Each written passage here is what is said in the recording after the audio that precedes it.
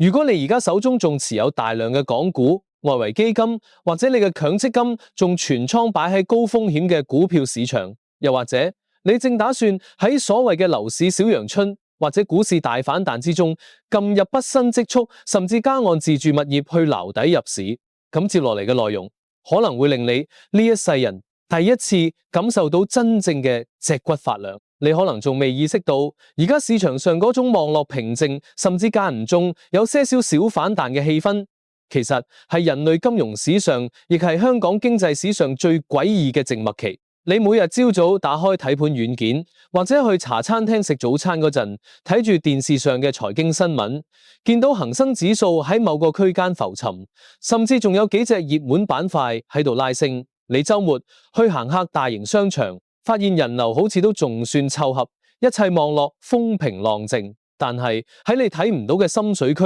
喺嗰啲頂級富豪、超級大鱷同外資投行嘅辦公室入邊，佢哋正喺度進行緊一場撤退規模高達數萬億美元嘅敦克爾克大撤退。點解我會話普通人而家嘅每一個財務決定都直接關乎你下半輩子嘅生死存亡，關乎你嘅棺材本保唔保得住？呢個絕對唔係嗰種每年都會喺財經雜誌上壓一次嘅狼來啦。呢個亦唔係危言聳聽，呢個係結合咗全球高息環境嘅終極反噬，日元套息交易嘅歷史性崩盤，以及香港本地樓市與實體經濟流動性徹底枯竭後，即將掀起嘅一場比1997年亞洲金融風暴、2003年沙士、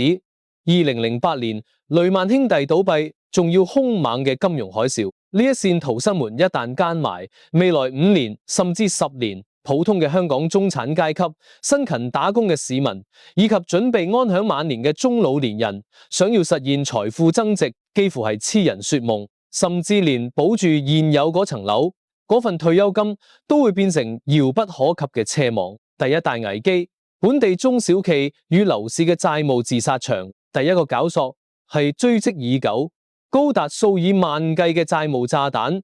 亦即係我哋最切身感受到嘅供樓負擔同中小企生死存亡。大家回想一下，過去呢2-3年，雖然美國聯儲局瘋狂加息，香港嘅銀行同業拆息亦都跟着飆升，但點解香港仲未出現大規模嘅斷供潮？點解好多商鋪同企業仲喺度苦苦支撐？嗰個係因為過去幾年政府發佈咗還息不還本等過渡性舒緩措施，加上好多企業手裏攞着嘅還是幾年前喺低息環境下借翻嚟嘅貸款。但重點嚟啦，借錢唔係唔使還嘅，還息不還本嘅蜜月期終究會徹底結束。哪怕係嗰啲老牌嘅本地大集團，發現自己嘅利潤根本連銀行嘅利息都冚唔住，到嗰個時候為咗活命，佢哋只能幹2件事：第一係大規模裁員，第二係瘋狂拋售手中嘅資產，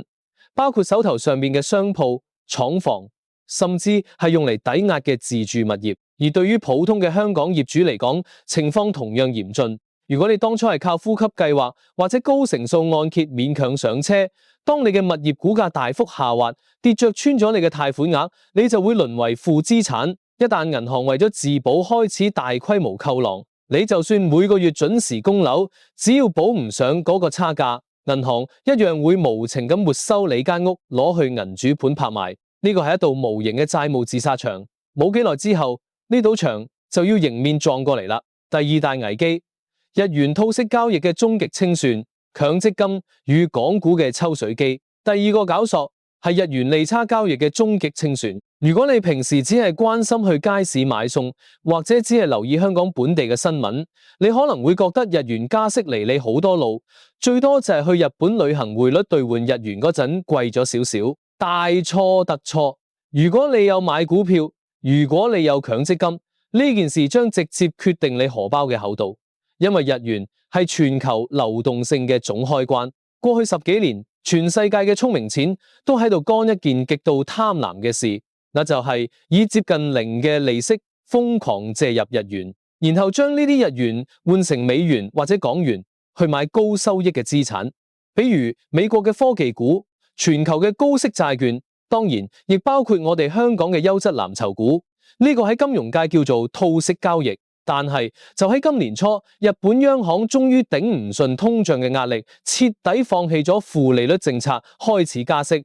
日元利率被上調到一個令所有套息者都感到毛骨悚然嘅高度。呢個就係點解最近你經常見到全球大宗商品、各國股市總係會喺半夜或者毫無徵兆嘅情況下，莫名妙地跳水大跌。原因無他，嗰個係東方嘅巨量資金正喺度瘋狂撤離。當呢個全球流動性嘅總開關被強行關閉嗰陣，香港呢個高度依賴外來資金嘅自由市場，就會好似一個被巨型抽水機抽乾嘅池塘，池水退去，所有嘅資產，無論係你持有嘅匯豐、騰訊，還是你強積金入邊嘅各種亞洲股票基金，都會面臨毫無遮掩嘅裸奔，價格將被無情地打入深淵。第三大危機，樓市不死神話與實體復甦幻覺嘅徹底破滅。第三個搞索係香港人深信不疑嘅樓市神話與實體經濟復甦幻覺嘅最後通牒。大家冷靜落嚟，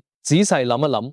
過去呢2年通關復常真係有帶俾香港嘅實體經濟報復性嘅利潤咩？並冇。現實情況係週末嘅尖沙咀、旺角、銅鑼灣再都見唔到昔日人頭湧湧嘅內地豪客。相反，每逢長假期，成千上萬嘅香港人選擇北上消費，去深圳山姆超市去食喝玩樂。香港內部嘅消費力正喺度被史無前例地抽乾，條街上面嘅劫鋪越嚟越多，租金回報率跌到冰點。而家嘅每一日，其實都係喺度進行緊一場存量資產嘅生死賽跑。係你能夠喺呢扇門閂埋之前，將手頭上面嗰啲根本租唔出去、賣唔起價嘅劣質資產，液化成安全嘅現金，定係你喺大門關埋之後，望住手機屏幕上狂跌嘅股價，手裏攞着賣唔出去嘅屋同大幅縮水嘅強積金報表，欲哭無淚。呢個唔係演習，呢個世界將唔再關心你嘅資產縮水咗幾多，市場只關心喺接落嚟嘅大蕭條入面，邊個嘅手裏仲握住能夠買到麵包、能夠維持生活嘅硬通貨。如果你而家去查閱主流嘅財經新聞，睇下電視上嘅大銀行分析師，你見到嘅依然係各種唱好嘅聲音。某某大行調高咗恒指嘅目標價，或者某某專家教你如何逢低吸納。但喺金融圈有一句至理名言，睇佢哋把口講乜根本唔重要，睇佢哋將真金白銀投向咗邊度先至重要。而家嘅超級富豪、本地大家族以及華爾街大行，正喺度上演緊一場人類史上最精密、最安靜嘅隱形撤退。你可能發現，雖然某啲指數望落去冇點樣大跌，但好多中小盤股、2、3線藍籌已經靜悄悄回撤咗3、4成。點解？因為機構正喺度動用暗盤交易。全球有將近一半嘅股票成交，並唔係喺你我能夠見到嘅公開交易所入邊完成嘅，而係喺暗池入邊。大機構為咗唔引發市場恐慌，通過超級電腦嘅演算法，將數以百億計嘅巨額拋售單拆解成無數個零碎嘅小單。佢哋利用普通散戶，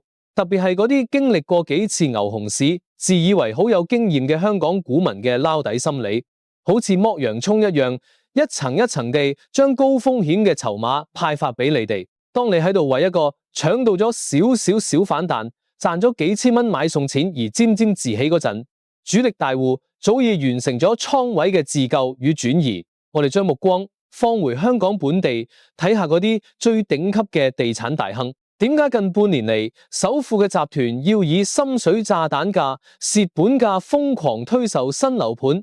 點解佢哋寧願賺少幾成，甚至賬面虧損，都要將樓賣出去換成現金？睇下嗰啲頂級價值投資者，比如巴菲特。佢嘅現金儲備已經突破咗歷史最高位。點解呢啲擁有全球最頂級大腦嘅富豪，寧願忍受通貨膨脹嘅侵蝕，都要死握住現金？因為喺佢哋眼中，現在嘅資產價格已經唔係貴唔貴嘅問題，而係有價冇市嘅前兆。